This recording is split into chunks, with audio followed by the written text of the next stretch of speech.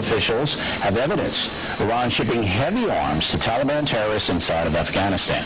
Let's now ABC News chief investigative correspondent Brian Ross. So what do we know? Well, Bill, 2 convoys from Iran were tracked by U.S. and NATO forces crossing the border from Iran into Afghanistan. These were 2 convoys on April 3rd and May 11th. These 2 convoys were intercepted. In one case, there was a gunfight, and they captured one of the trucks. One of them was blown up. In the second case, they captured 5 people driving the trucks. In both cases, ammunition, mortars, grenade launchers, as well as C4, the very lethal explosive material that was shipped in.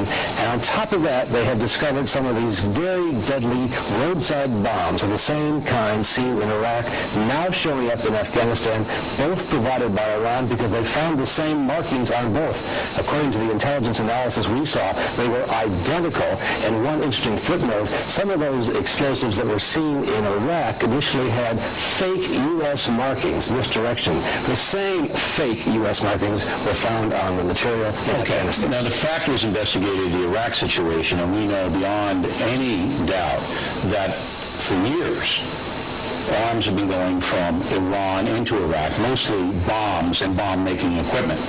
Why isn't the U.S. government holding a massive press conference saying this country, Iran, is killing our people? Well, I think the U.S. has been fairly definitive about the weapons going into Iraq. Have you seen a press conference? Not a major press conference. Have you seen the defense secretary say anything about this? Have you seen any of the generals, Petraeus, say anything about it? Good point. And in Afghanistan this week, Secretary of Defense Gates stopped short of blaming Iran. He said, we know it's coming from Iran, but they did not blame the Iranian government. It's absurd. People I talked to said that is absurd. It's like, okay, we're not going to blame the Iranian government for trucks rolling across Iran into Afghanistan. It's absurd. Why are they doing that? Well, there must be a diplomatic reason of some sort behind the scenes, and we're told that's what's going on. What we do know is that everyone we've talked to says this comes from the Iranian Revolutionary Guards, the Quds Force, under the control of the Ayatollah. And they sort of see Iran as 2 separate aspects of their government. Absolutely. It's the same government, exactly. Yeah, we have to hold the government of Iran responsible for what they're doing. You see, I'm a little disappointed in the Bush administration here, because if you don't get the truth out to the American people that we have an enemy in Iran, and obviously we have an enemy in Iran, clearly, all right, that's killing our soldiers, then how are the American people going to make responsible voting decisions about how to deal with this problem in the future? So it looks like they're playing politics with the lives of the American military. Well, the people in the field, they think they know the truth, that this is they're very angry and disturbed that in London and Washington, the decision has been made for some reason not to point the finger directly at the Iranian government. I just, it just bothers me, because we've known for years that if Iran would stop this, then we could probably work something out in Iraq, and Afghanistan would be a lot easier to handle. We've known since the overthrow of the Taliban in Afghanistan that al-Qaeda has had aspirations to get weapons of mass destruction, nuclear, chemical, biological.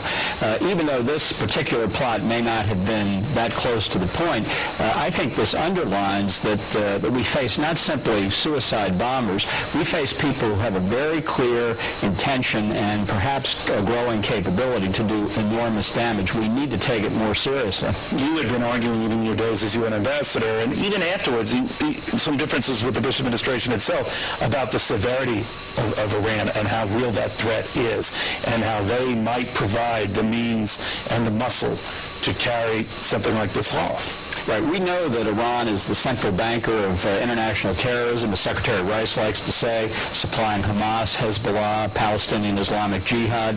We know they've supplied weapons to the Palestinian Authority. If they had a nuclear weapon, you cannot rule out they would give it to a terrorist group. You cannot rule out that North Korea, which will sell anything to anybody for hard currency, would sell a nuclear weapon to al-Qaeda. All right, so there's no doubt about where the money trail would come from for this, but yet we don't seem to do much about this.